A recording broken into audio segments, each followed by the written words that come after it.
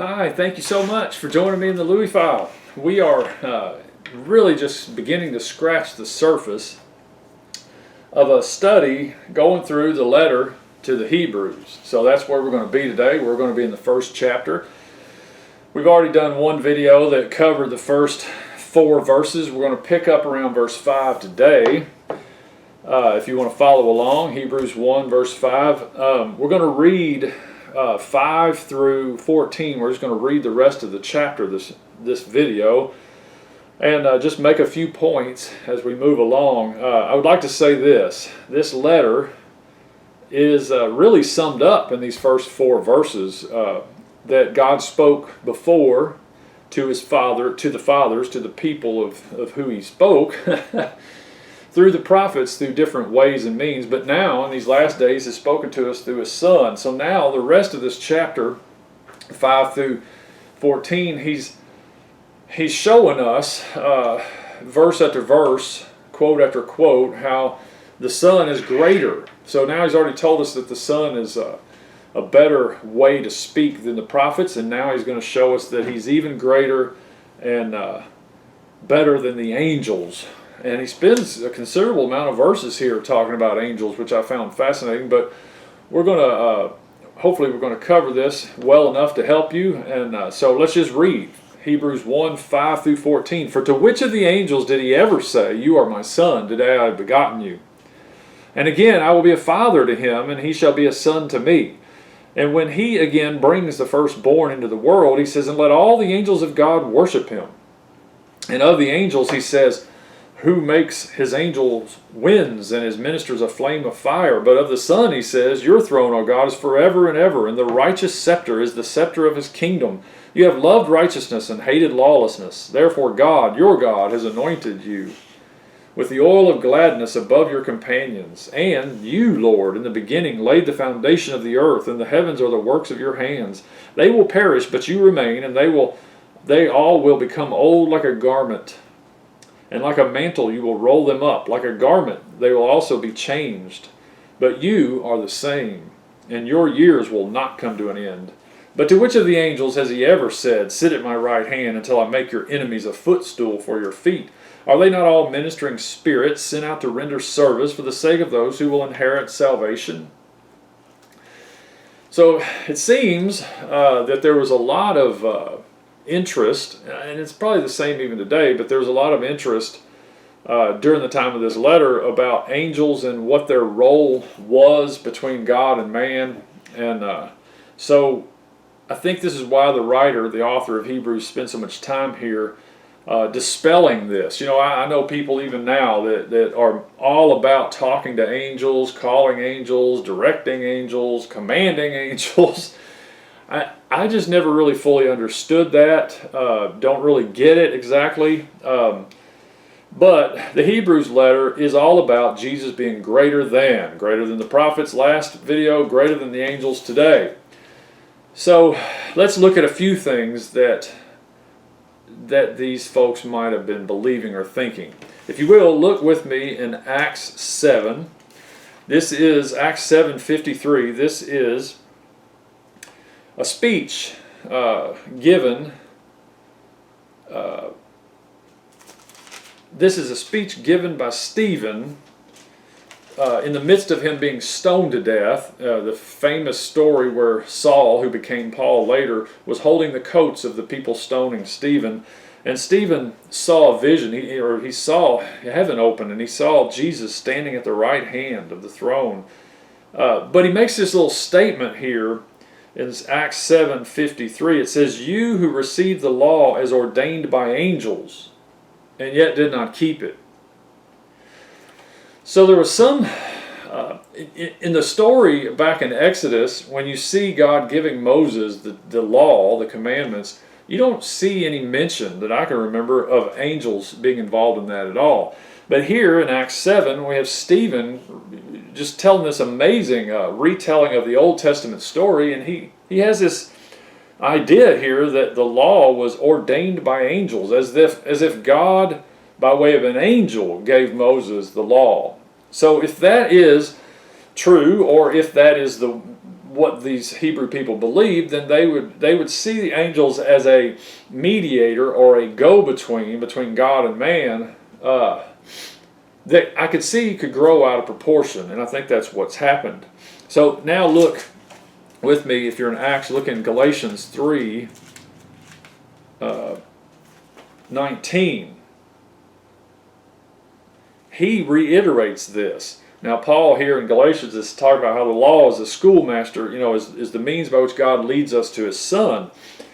But look what it says in Galatians 3:21 or 3:19. It says, "Why the law then? It was added because of transgressions, having been ordained through angels by the agency of a mediator, until the seed would come to whom the promise had been made." So here, even the Apostle Paul puts angels in the mix when it comes to God giving Moses the law. So whether that is true or not, or is just a belief that kind of grew among the Hebrews, the issue here in the letter to the Hebrews is God never called an angel his son and that he had begotten him. Now, there are stories in the Old Testament where it says the sons of God, referring to what we might call angelic beings. But what he's distinguishing here between sons, as in imagers, let's say, and the Son who was begotten. Hebrews 1, verse 5, "For to which of the angels did he ever say, 'You are my son, today I have begotten you'? He never said, 'I have begotten you,' to an angel. And again, 'I will be a father to him, and he shall be a son to me.'" So this is showing a relationship between God the Father and God the Son, unlike any relationship God the Father has with anyone or any other thing. So it's important to think about this. So angels were looked upon as these great beings, and I'm not trying to denigrate or bring down how wonderful they might be, but they're called God's heavenly hosts. They're his messengers.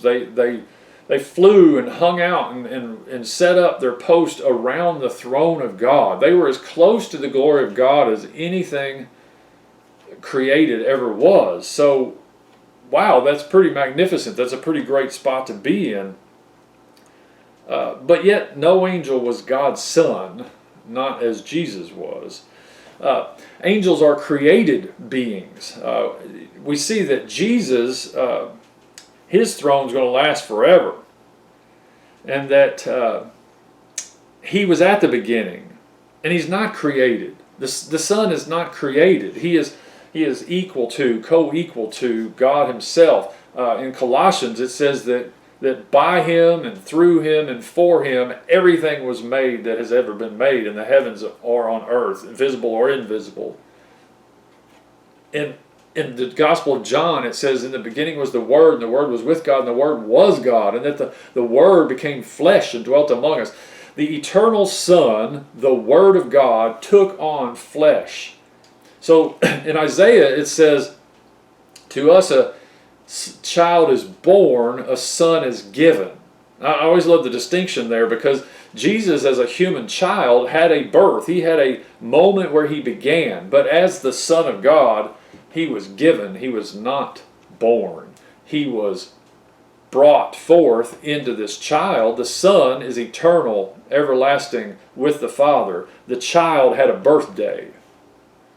So God the Eternal One, the Everlasting One, God the all-powerful Spirit being, the Creator, chose to funnel, if you will, himself into the womb of a virgin named Mary. Oh my gosh, in order to bring Jesus out in a human way, just like we are. Hebrews 1, 5 and 6 is telling us that no angel was God's son. Jesus is eternal. Verse 6, look at verse 6, it says, "And when he again brings the firstborn into the world," he says, "and let the angels of God worship him." God is telling the angels to worship the Son. He's greater than the angels. He is not, there's one teaching out there that I have dealt with in real time, face to face with a man at my doorway one time, and he was telling me that Jesus was really the archangel Michael who took on flesh, and that Jesus, as Michael, his brother was Lucifer. I mean, there's some pretty amazing things being said out there. But if Jesus was just an angel, then what are we talking about here in Hebrews 1? I mean, this is distinguishing the Son from the angels very clearly, and the angels worship him. Look at verse 7. It says, and of the angels, he says, who makes his angels winds and his ministers a flame of fire. There's one belief, and I can't point at this in the Bible. I've just done a little bit of research on it. You can look it up if you want to. But in verse 7, it says the angels are made to be winds and ministers of a flame of fire. And there's one system of belief that thought that God, he created angels every day, and every day they would come and they would be gone, just like the wind or like a flame the next day. And then he just kept creating and creating them, and that they didn't last any time. That they're just they're there to serve that day, and then they would be gone. Now I'm not saying that's true or isn't true. I'm just saying I think that's the origin of what's being said here in verse 7. He says these angels are like wind, they come and go, but the Son, he's forever. Verse 8, but the Son, he says, your throne, O God, is forever and ever, and the righteous scepter is the scepter of his kingdom. The Son gets the scepter, and he gets the kingdom. Verse 9, you have loved righteousness and hated lawlessness, therefore God, your God, has anointed you. Whoa, therefore God, your God, that's amazing. That's telling me that either God's got a God, or this is a subtle, careful way of saying that the Son is God. God is God, and the Son is God, and he loves righteousness and he hates lawlessness. We don't need another mediator between us and God. We don't need me, angels, the Son, and God. We just need the Son, who is God. In Acts it says there's no name other than Jesus given among men whereby we must be saved, and that there's one mediator between God and man, and it's the man Jesus Christ. That's all we need. We just need him. Another interesting thought here about all this angel talk is in Galatians 1, Paul started the Galatian letter right off the bat, and he brings angels up in the first few verses. He starts to scold the Galatians about following after a different gospel. And so in Galatians 1, 6 through 8, we'll read those. I am amazed that you're so quickly deserting him who called you by the grace of Christ for a different gospel, which is really not another, only there are some who are disturbing you and want to distort the gospel of Christ. But even if we or an angel from heaven should preach to you a gospel contrary to what we have preached to you, he is to be accursed. So there are some people trying to lead the Galatians astray. And of course, as you read the Galatian letter, you realize that they were some zealous for the law Jews who were wanting to make the Galatians, the Gentiles there, into Jews, essentially, and convert them to Judaism by putting them under the law of Moses. But it seems that Paul had something else in mind here. He's saying that even angels can mislead. Wow. Then this got me to thinking about how there are at least two pretty huge religions in our world today that openly claim to have been founded by their founding person, their founding father, or whatever, the originator, that had an encounter with an angelic being: Mormonism and Islam. Both of them claim an angelic visitation by their founder of this religious system. And both of them, as far as I can tell, received a contrary message than pointing to Jesus Christ as the Son alone. There's always, we can accept Jesus as a teacher or a prophet, but he's not the Son. He's not God, or essentially he's not enough. You need Jesus, the Bible, and our book, this new revelation. Whereas I'm here to tell you that what Hebrews is saying is that Jesus, the person, is greater than the prophets of old, and he's greater than the angels themselves. These angels are ministering spirits, an important part of God's plan, but even some of them, as we know through some other scripture, have gone astray. In Genesis 6, the sons of God came into the daughters of men. They gave birth to a race of giants. God ended up sending the flood of Noah to start over. In the story of Sodom and Gomorrah, we have some angelic visitation coming to rescue Lot and them out of the trouble they were in. There's just story after story of things such as this.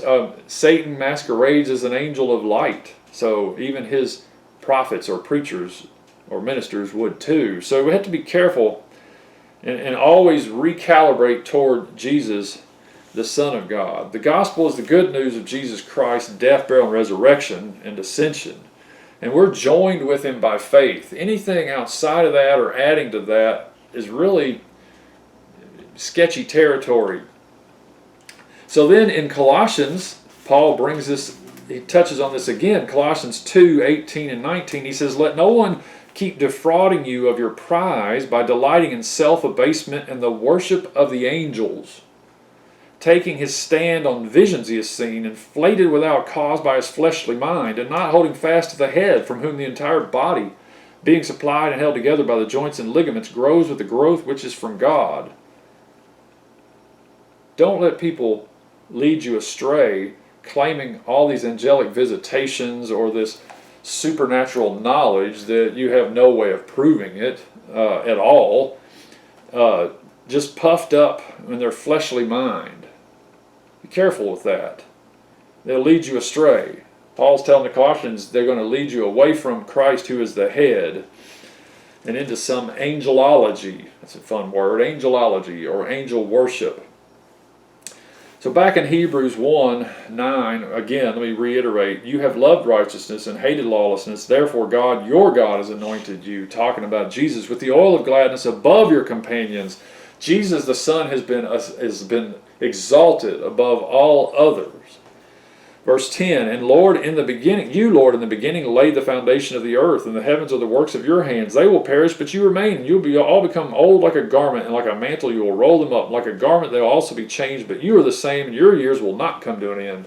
All creation, in some form or the other, is going to have to be changed, even down to the physical earth and physical stars and planets out there. I think all of it's going to be rolled up, as it says, and we're going to be transformed. We are imagers of God, so that is Christ in us is our transforming power. The angels themselves, there's going to be something happen there. There's going to have to be a separation. If there's rebellious angels, they're going to have to serve their time in the pit, or in the lake, or in the prison, or however that plays out. But the Son himself is going to do this. He is the means by which God laid this beginning and this foundation. And he's going to be the means by which he overhauls it. Verse 13, Hebrews 1:13, "But to which of the angels has he ever said, 'Sit at my right hand'? None, until I make your enemies a footstool for your feet." None. "Are they not all ministering spirits, sent out to render service for the sake of those who will inherit salvation?" We aren't to worship them. It doesn't mean that God doesn't send angelic beings to aid those who are going to inherit salvation, as it says here, but they're not to be worshipped. In fact, in the book of Acts, some people started wanting to worship Paul, thinking he was some heavenly being, and he told them to get up, don't do that. And then even in the book of Revelation, John himself started to be tempted to bow down and worship an angel, and the angel said, "No, don't do that." See, an angel that knows its position and place in the hierarchy knows it's not to be worshipped, that the worship is for God only. So we have to remember that. Fascinating. There's a whole lot more probably to be said here about angels, but we're going to wrap it up right here. We're going to have another video coming up. It's going to start off in Hebrews chapter 2, and I hope you'll join me there. We're going to try and walk our way through the whole letter to the Hebrews, however long it might take. I hope you'll join me in this discovery and journey, and I hope that this has helped you, gained insight in some way. Thank you for watching. I'll see you on the next one.